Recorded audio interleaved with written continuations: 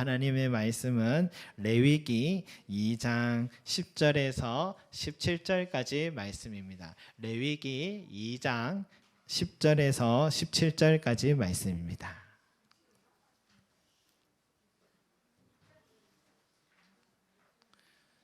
레위기 2장 10절에서 17절까지 말씀.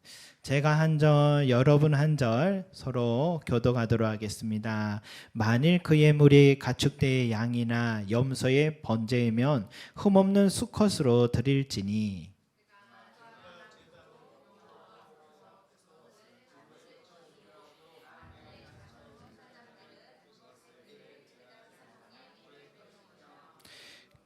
그는 그것에 각을 뜨고 그것의 머리와 그것의 기름을 베어낼 것이요 제사장은 그것을 다 제단 위에 불 위에 있는 나무 위에 버려놓을 것이며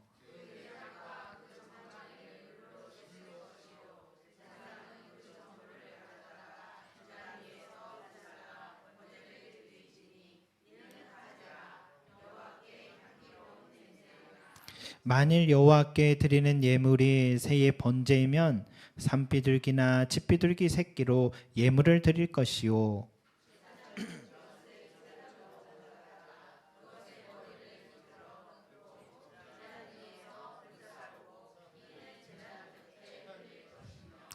그것의 모이 주머니와 그 더러운 것은 제거하여 제단 동족 재 버리는 곳에 던지고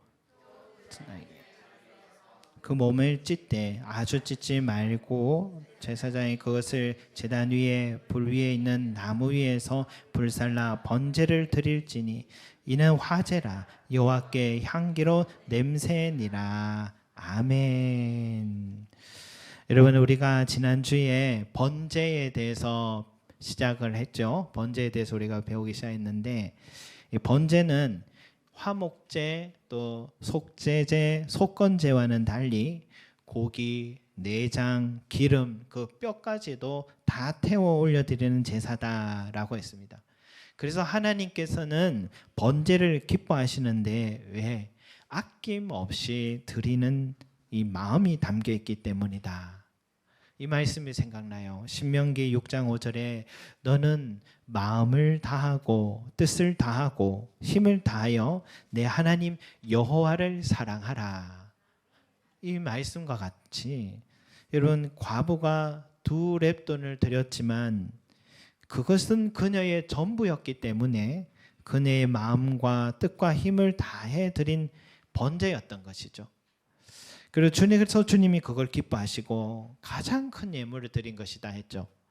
또 향료값을 깨뜨린 여인의 마음을 또 번제다라고 할 수 있겠죠. 그러니까 번제의 삶의 또 결정체는 누굽니까? 바로 예수님 자신이죠. 6월절 어린 양이 되셔서 십자가에서 자기의 온몸과 피를 다 쏟고 인간의 모든 죄를 짊어지시고 죽으신 것, 이게 번제였던 것입니다.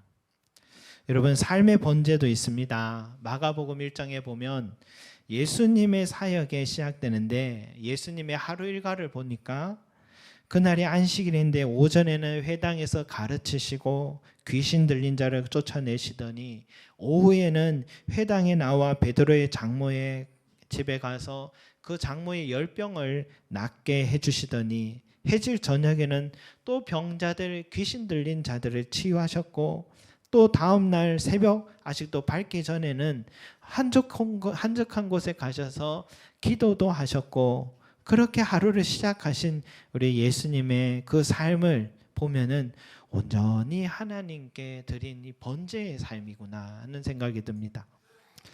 여러분, 바울의 삶은요, 그가 회심한 이후로부터 마지막 복음을 전하고 하나님 나라를 위해서 마지막 삶까지 다 태워드린 그런 삶이었죠. 그가 삶의 마지막에 이런 표현을 했죠. 디모데후서 4장 5절 이런 말씀이 있는데 전제와 같이 내가 벌써 부어지고 나의 떠날 시각이 가까웠도다. 전제와 같이 내가 벌써 부어지고 내가 떠날 시각 가까웠도다. 여러분, 이 전제란 뭐냐? 바로 번제와 같은 것입니다.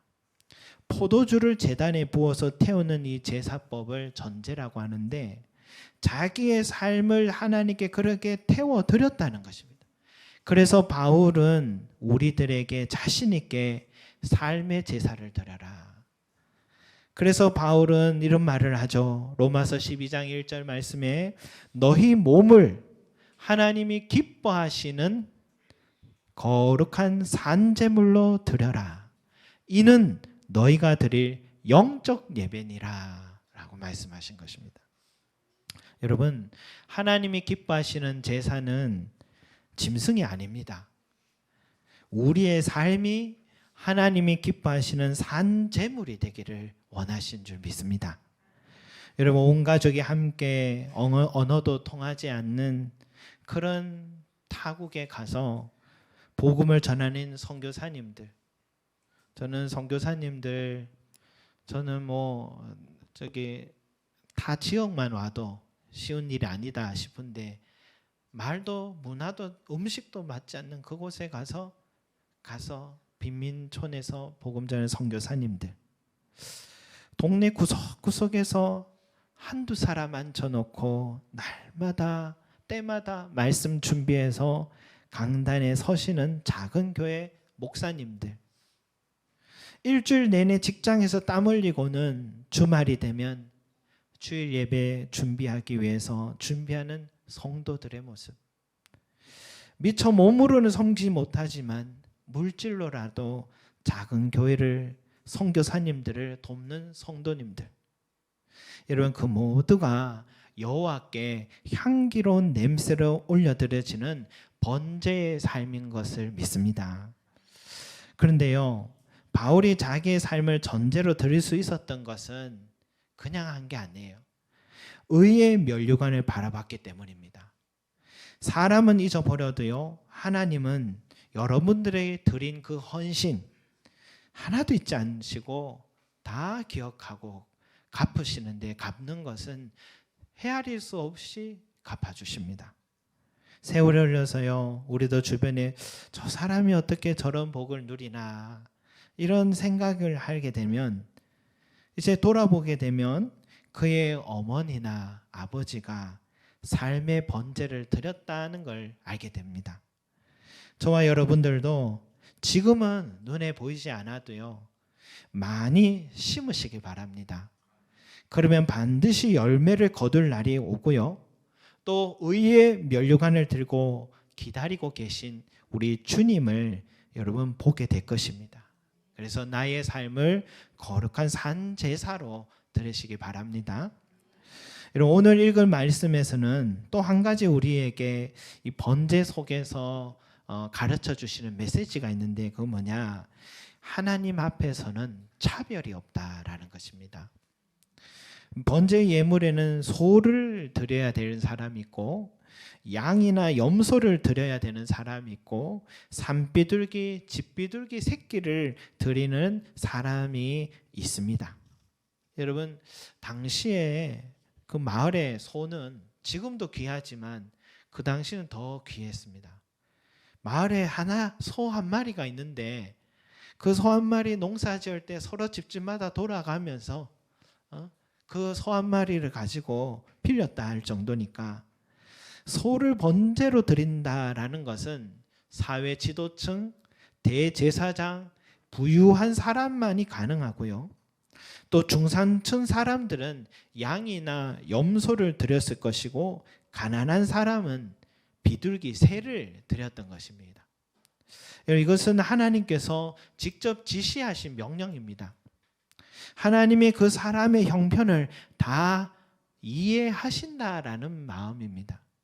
그런데요, 특이한 점은 재물의 크기는 다 다른데, 가치는 다 달라 보이는데, 이 재물의 향기는 다 똑같았다는 사실이죠. 소를 예물로 드린 결과 9절을 보면은 끝에 여호와께 향기로운 냄새니라. 양과 염소를 드린 결과 13절 끝에 보면 여호와께 향기로운 냄새니라. 새를 드린 결과 17절에 보니까 여호와께 향기로운 냄새니라 라고 말씀하셨습니다. 그래서 여러분, 우리 신앙생활을 할 때요, 형편 따라 하나님께 드리시기 바랍니다. 하나님은 우리 모든 형편 다 알고 계시고요. 그 중심과 정성을 보시는 하나님이시죠. 저도 어릴 때 보니까 어머니께서 늘 혼자서 내 자녀 키우시고 공장에 낮으로 밤으로 파출부로 그렇게 일하셨던 기억이 있는데, 월급날이 되면 항상 우리가 보는 앞에서 월급 노란 봉투를 꺼내서 뭐 몇십만도 안 되는 것 같아요. 거기에서 11조 먼저 떼고 세금 떼고 갯돈 떼고 생활비 떼고 뭐 이렇게 떼는 모습이 지금도 선합니다. 어머니는 가난한 과부였죠. 떼봐야 그 금액이 얼마 됐겠습니까? 그러나 그 작은 금액도 하나님은 기쁘게 보시는 것입니다. 어머니의 삶의 전부였기 때문이죠. 여러분, 형편대로 드린다는 것은 이처럼 가난한 자들도 얼마든지 하나님을 만날 수 있는 축복의 언어인 것이죠. 그러나 여러분, 형편대로 드린다는 것은 또한 엄중한 언어이기도 합니다. 지금도 소 한 마리의 가치는 대단하죠. 성경의 시절 말할 것도 없습니다. 소나 양이나 염소가 절대 가벼운 예물이 아니에요. 참 한 집의 전 재산 같은 예물이잖아요. 아무리 부유하다 해도 번제로 드리기 위해 소 한 마리 든다는 것은 부담이 됐을 것 같아요. 그러나 그의 형편이 그걸 드려도 되는 형편이라면 그걸 드리는 게 맞다라는 말씀입니다. 소를 드릴 수 있는 형편의 사람이 양을 드리거나, 양을 드릴 수 있는 사람이 집비둘기를 들고 오면 사람은 몰라도 하나님은 그 예물을 기쁘게 보지 않는다라는 것이죠. 여러분, 가난한 사람은 그 가난한 중에도 하나님께 드린다는 것이 여러분 부담이 왜 없겠습니까? 두 렙돈 드린 과부처럼 정말 그 두 렙돈은 그 여인에게는 생활비 전부였기 때문입니다. 그래서 부유한 사람은 그 부유한 중에서 하나님께 드린다는 게 부담이 있습니다. 그러나 하나님의 입장에서 생각해 보십시오. 그 모든 소유는 하나님께서 주신 것입니다. 우린 그걸 맡고 있는 청직이죠. 본래 그 주인은 하나님이십니다. 내 것을 그에게 맡겼고 단지 그에게 일부를 내게 줄 수 있겠느냐 보시는 것입니다. 모든 것이 자신의 것인데 뭐가 아쉬워 소를 바쳐라, 양과 염소를 바쳐라 그렇게 말씀하시겠습니까? 여러분, 형편대로라는 말씀은요, 그가 하나님께 얼마나 감사하고 사랑하는 마음이 있는가 없는가 그걸 보신다, 이런 뜻이 들어있는 것이죠. 아브라함이 가장 소중한 것이 뭡니까? 100세에 낳은 하나밖에 없는 아들입니다. 그걸 바쳐라는 거죠. 우리는 결론은 알지만 아브라함의 당시 입장에서는 아내에게 차마 말 못합니다. 그러나 아브라함이 이삭을 바치려 할 때 하나님이 뭐라 합니까? 아브라함아, 아브라함아, 내 독자까지도 내게 아끼지 아니하였으니 내가 이제야 내가 하나님 경외하는 줄을 아노라.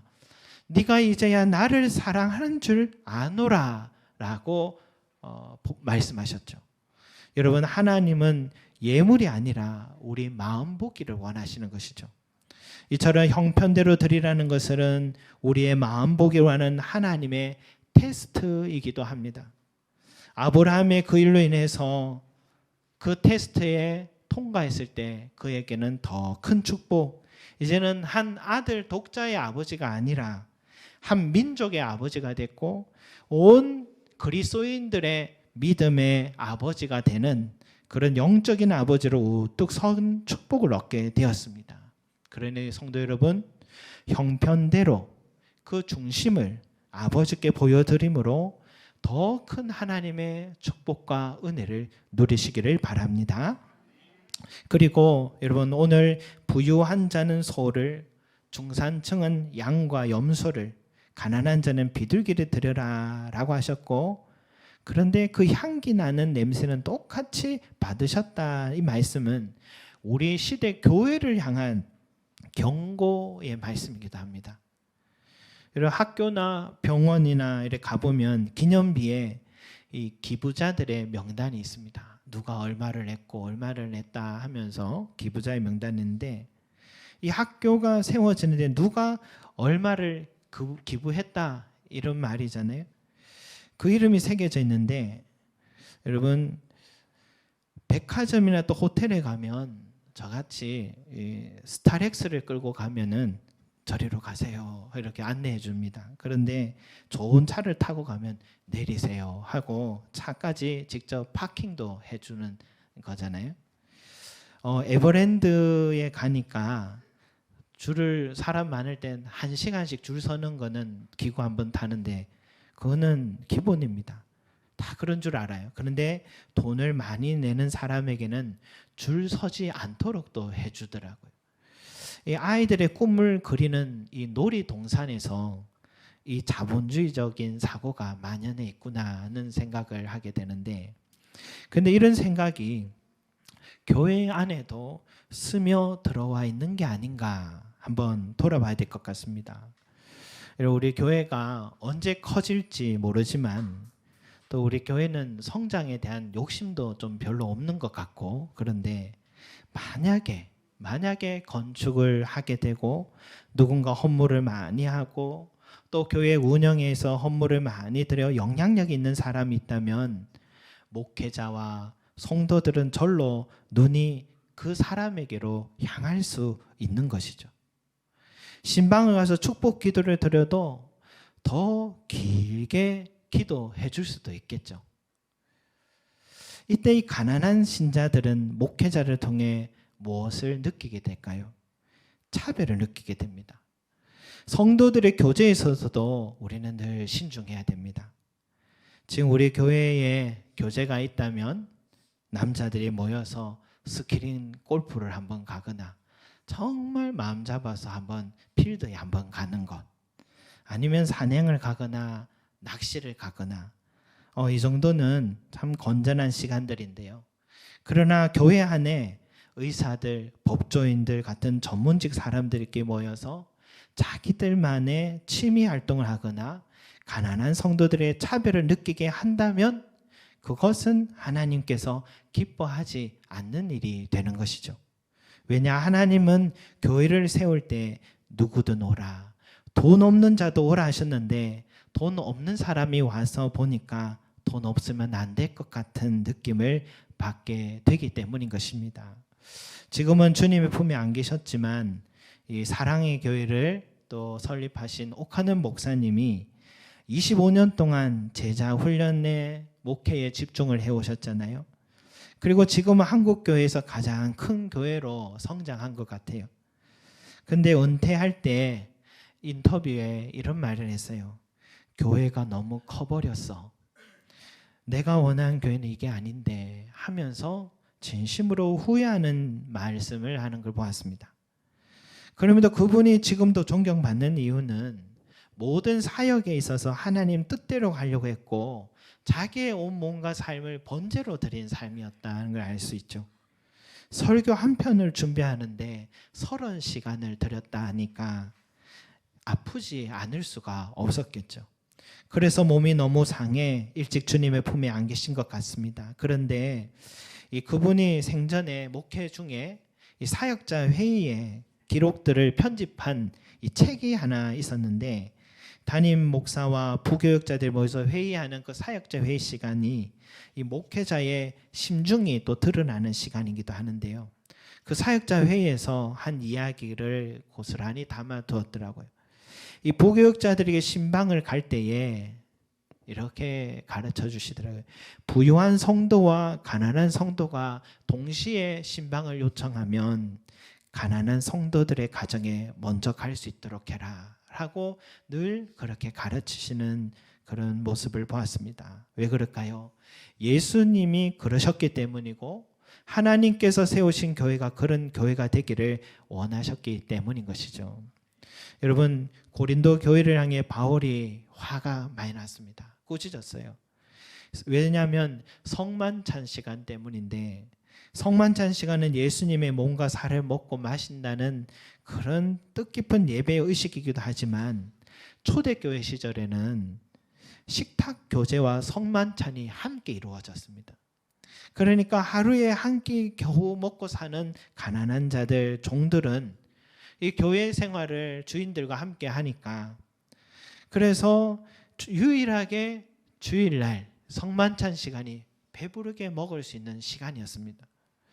그런데 언제부턴가 이 정신이 사라지고요, 이 주인들끼리, 부유한 자들끼리 모여서 자기들이 음식을 가져와서 먼저 성만찬 시간을 가지고, 종들은 밭에서 집에서 일한다고 늦게 이렇게 왔더니 보니까 먼저 일찍 예배를 드려버리고 와보니까 남은 음식 조금밖에 남은 게 없는 거예요. 그 소식을 바울이 듣고 분노를 하는 겁니다. 그 분노한 말씀이 고린도전서 11장 22절에 나오는데, 너희가 먹고 마실 집이 없느냐? 너희가 하나님 교회를 업신 여기고 빈궁한 자들을 부끄럽게 하느냐?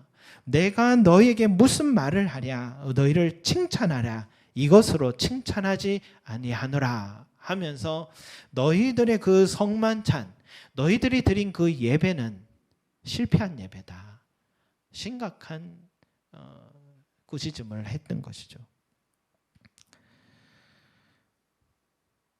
자료에 보니까 이 제사장들이 새들을 가져온, 가난한 자려한 새들을 번제로 드릴 때는 일부러 날개를 찢는답니다.